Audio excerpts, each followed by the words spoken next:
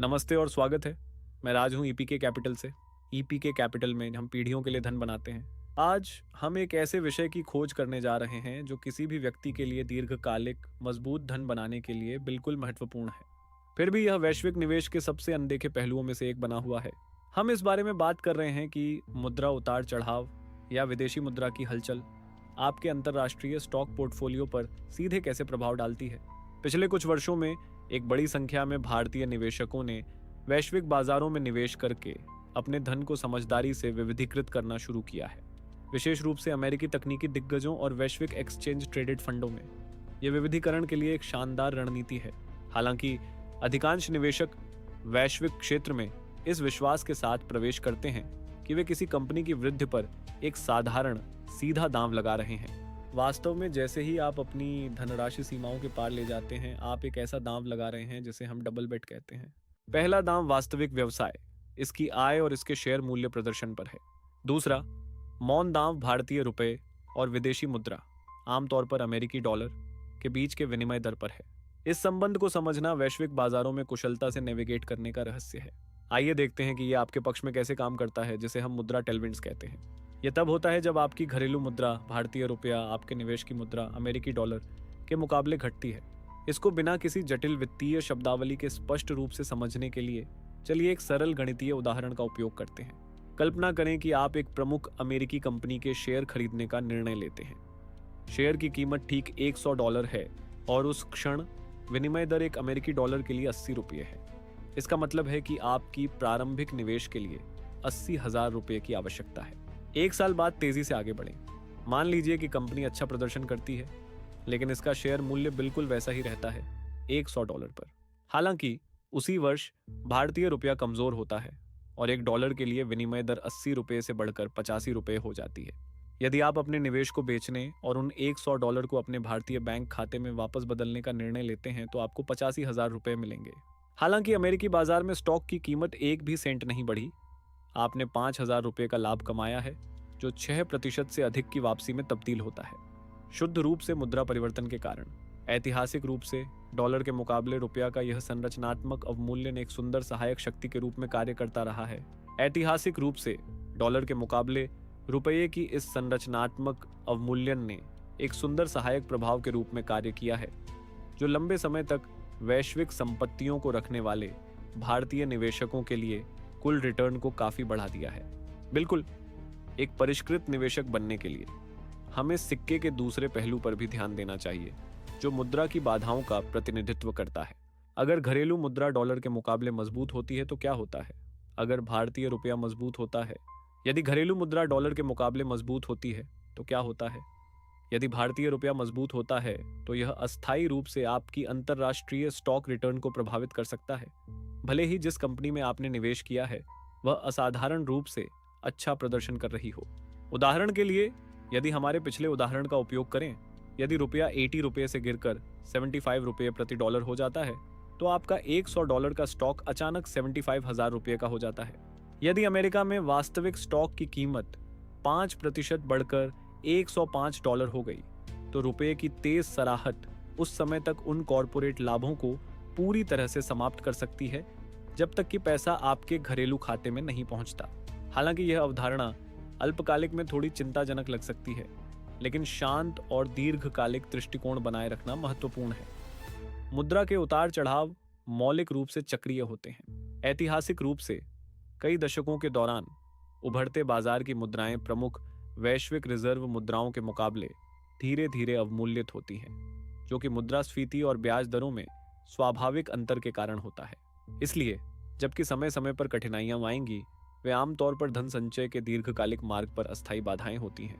अब चलिए हम अपनी समझ को एक स्तर और गहरा करते हैं, कुछ ऐसा जो अधिकांश खुदरा निवेशक पूरी तरह से छोड़ देते हैं: कॉर्पोरेट मुद्रा जोखिम।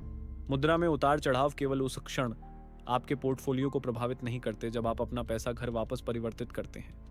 वे वैश्विक दिग्गजों की लाभप्रदता पर सक्रिय रूप से प्रभाव डालते हैं। एक विशाल अमेरिकी तकनीकी कंपनी पर विचार करें। यह एक वास्तव में वैश्विक व्यवसाय है जो यूरोप में यूरो में सॉफ्टवेयर, जापान में येन में उपकरण और भारत में रुपये में सेवाएं बेचता है।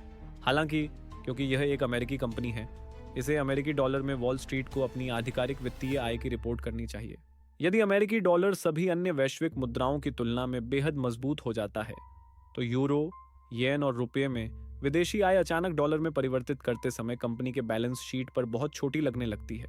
ये एक ऐसी स्थिति पैदा कर सकता है जहां एक कंपनी वैश्विक स्तर पर शानदार प्रदर्शन कर रही है, लेकिन इसकी रिपोर्ट की गई राजस्व वृद्धि सुस्त दिखती है, जिससे शेयर की कीमत पर अल्पकालिक दबाव पड़ता है।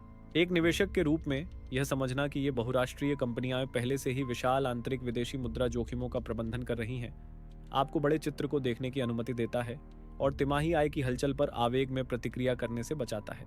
बाजार की गतिविधियों के अलावा हमें सीमाओं के पार पैसे स्थानांतरित करने की व्यावहारिक वास्तविकताओं को भी समझना होगा, जिसे हम घर्षण तत्व कहते हैं। जब भी आप भारत से वैश्विक स्तर पर निवेश करते हैं तो इसमें संरचनात्मक लागतें शामिल होती हैं, जो यदि रणनीतिक रूप से प्रबंधित नहीं की गई तो चुपचाप आपकी पूंजी को कम कर सकती हैं। पहले, मुद्रा रूपांतरण स्प्रेड होता है, जो वास्तविक बाजार विनिमय दर और उस दर के बीच का छिपा हुआ अंतर है जो आपका बैंक आपके रुपयों को डॉलर में परिवर्तित करने के लिए आपसे चार्ज करता है। इसके अलावा आपके पास निश्चित विदेशी रेमिटेंस शुल्क हैं। इसके अलावा हमारे पास घरेलू नियामक तंत्र हैं, जैसे स्रोत पर कर वसूली या टीसीएस। हालांकि टीसीएस एक वास्तविक खर्च नहीं है, क्योंकि यह एक अग्रिम कर है जिसे आप अपनी नियमित आयकर देनदारियों के खिलाफ पूरी तरह से समायोजित कर सकते हैं या अपनी वार्षिक कर फाइलिंग के दौरान रिफंड के रूप में दावा कर सकते हैं। यह अस्थायी रूप से आपकी पूंजी को लॉक कर देता है और आपकी तात्कालिक तरलता पर प्रभाव डालता है। इन संयुक्त घर्षण लागतों के कारण अंतर्राष्ट्रीय स्तर पर बार बार छोटे लेन देन करना अत्यधिक अप्रभावी है। एक परिष्कृत वैश्विक निवेशक सीखता है कि वह अत्यधिक संरचित हो, अंतर्राष्ट्रीय पोर्टफोलियो को बड़े सही समय पर किए गए किस्तों में वित्त पोषित करे, न कि तात्कालिक छोटे मात्रा में। यह हमें एक मूल दर्शन पर लाता है जिसे हमने धन प्रबंधन में 20 से अधिक वर्षों में विकसित किया है, जो दीर्घकालिक पीढ़ीगत धन निर्माण से अल्पकालिक मुद्रा शोर को अलग करता है। यह निवेशकों के लिए दैनिक वित्तीय सुर्खियों में फंसना और मुद्रा बाजार का समय निर्धारित करने की कोशिश करना बेहद सामान्य है। यह एक खतरनाक रणनीति है। मुद्रा बाजारों पर केंद्रीय बैंक की ब्याज दर नीतियों से लेकर भू राजनीतिक परिवर्तनों तक अनियंत्रित वैश्विक कारकों की एक चकाचौंध भरी श्रृंखला का प्रभाव पड़ता है। वैश्विक शेयर बाजार और वैश्विक मुद्रा बाजार को एक साथ समय पर लगाना लगभग असंभव है। 10, 15 या 20 साल की अवधि में एक उत्कृष्ट वैश्विक व्यवसाय की संचित शक्ति विदेशी मुद्रा में किसी भी छोटे साप्ताहिक उतार चढ़ाव से बहुत अधिक होगी।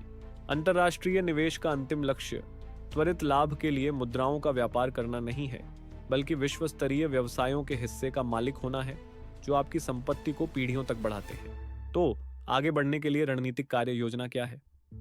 मुद्रा अस्थिरता का समाधान कभी भी अंतर्राष्ट्रीय निवेश से पूरी तरह से बचना नहीं है। वास्तव में मुद्रा विविधीकरण एक सच्चे लचीले वित्तीय योजना की एक प्रमुख विशेषता है, न कि दोष। विभिन्न मुद्राओं में मूल्यांकित संपत्तियों को रखना आपकी वैश्विक क्रय शक्ति की रक्षा करता है। अपने परिवार के भविष्य की दीर्घकालिक देनदारियों के बारे में सोचें, जैसे अपने बच्चों को वैश्विक उच्च शिक्षा के लिए भेजना, अंतर्राष्ट्रीय यात्रा करना या विदेश में स्वास्थ्य सेवा प्राप्त करना। भविष्य के उन खर्चों का भुगतान विदेशी मुद्राओं में किया जाएगा। इसलिए आपकी वर्तमान निवेशों के एक हिस्से को आपके भविष्य के वैश्विक दायित्वों के साथ मिलाना आपके जीवन को जोखिम मुक्त करने का सर्वोत्तम तरीका है। इसका सही ढंग से कार्यान्वयन करने की कुंजी एक वैज्ञानिक रूप से संरचित संपत्ति आवंटन ढांचे में है, जो विशेष रूप से आपके परिवार के अद्वितीय पीढ़ीगत लक्ष्यों के अनुसार तैयार किया गया है। आज एक पल निकालें और अपने वर्तमान निवेश पोर्टफोलियो को देखें और यह मूल्यांकन करें कि क्या आपकी अंतर्राष्ट्रीय एक्सपोजर व्यापार वृद्धि और मुद्रा परिवर्तनों को सुचारू रूप से संभालने के लिए अनुकूलित है।